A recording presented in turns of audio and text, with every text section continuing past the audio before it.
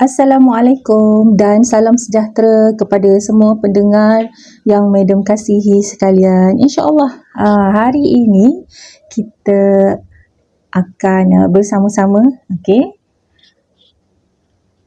ada satu kisah iaitu kisah kaum Samud, persenda Nabi Saleh.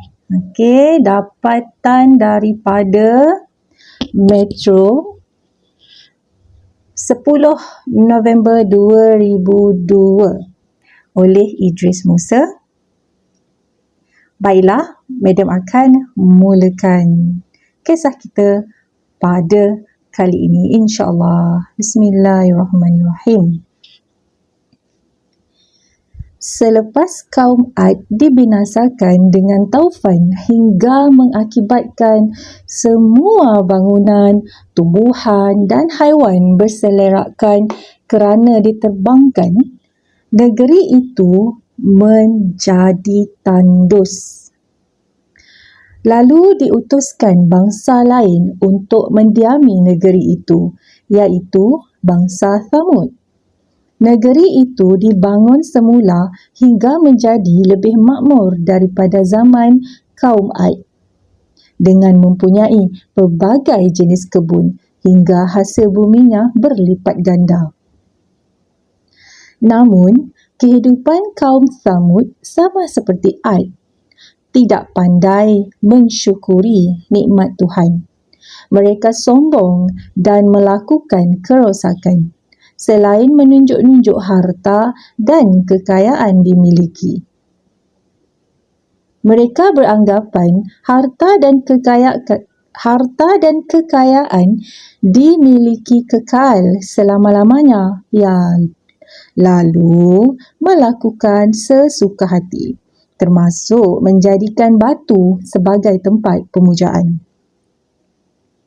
Mereka menyembah pelbagai berhala seperti Wat, Jad, Syams, Manaf, Manat dan Al-Lata.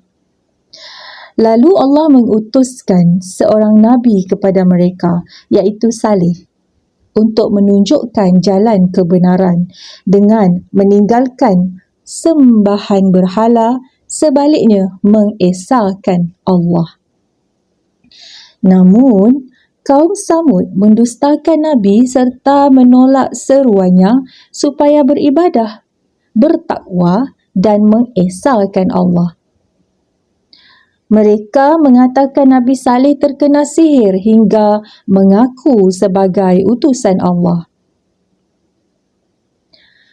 Satu ketika, mereka menemui Nabi Saleh untuk melihat bukti kenabian.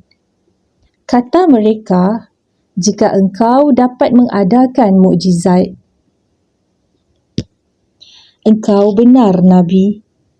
Jika tidak, engkau pembohong."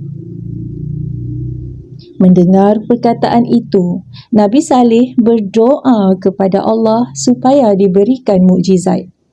Lalu, Allah memakbulkan permintaan itu dan memerintahkan Nabi Saleh mengumpulkan kaumnya di kaki gunung. Di kaki gunung kelak akan muncul seekor unta betina yang luar biasa cantiknya, besar dan gemuk. Malah ia tidak pernah dilihat sebelum ini. Namun, unta itu tidak boleh diganggu. Apabila janji Allah ditunaikan, orang beriman makin bertambah imannya. Namun, bagi orang kafir, perasaan dengki makin bertambah. Bagi orang kafir, kerana terlalu dengki, mereka merancang membunuh unta itu. Pemimpin kaum berkenaan menjadikan wanita muda cantik sebagai perangsang kepada lelaki supaya melakukan kerja terkutuk itu. Lalu tampil seorang wanita cantik bernama Syaduk binti Mahya yang mahu menyerahkan kehormatannya dengan sepuas-puasnya kepada lelaki bernama Masda' ibnu Hajar dengan syarat lelaki itu membunuh unta berkenaan. Tampil juga seorang perempuan tua derhaka yang mahu menyerahkan kehormatan anak gadisnya kepada lelaki bernama Qudar ibnu Salif jika berjaya membunuh unta itu. Disebabkan terangsang dengan tawaran gadis itu, kedua-dua lelaki terbabit mendekati unta itu lalu mencucuknya dengan pedang hingga terburai susu unta berkenaan. Sejurus kemudian unta itu mati. Kedua-dua lelaki itu dengan perasaan gembira menemui pemimpin mereka dan menagih gadis cantik yang dijanjikan itu. Tindakan membunuh unta itu secara langsung mendustakan firman Allah yang memberi peringatan akan mengenakan ancaman terhadap siapa yang membunuhnya.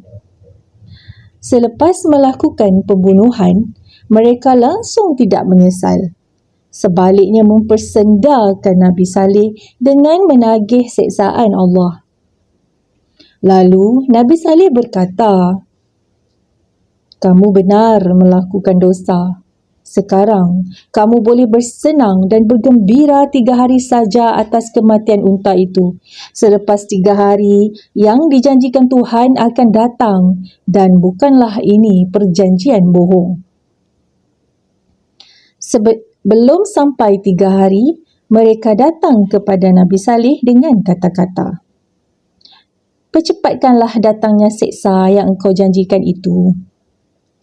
Namun, sehari sebelum cukup 3 hari, mereka berasa takut lalu mengadakan mesyuarat tergempar secara rahsia bagi membunuh Nabi Saleh malam itu juga. Tetapi Allah melindungi Nabi Saleh. Keesokannya, apabila genap 3 hari, datanglah siksaan Allah seperti dijanjikan, iaitu suara petir yang dahsyat. Suara petir yang kuat itu meranapkan rumah dan bangunan mereka. Peristiwa kaum Samud menerima siksaan itu digambar melalui Al-Quran, iaitu dalam surah Al-Haqqah. Adapun kaum Samud, maka mereka dibinasakan dengan luar biasa.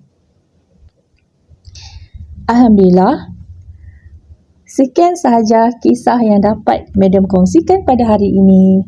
Terima kasih kerana mendengar sehingga habis. InsyaAllah kita akan berjumpa lagi. Bye. Assalamualaikum.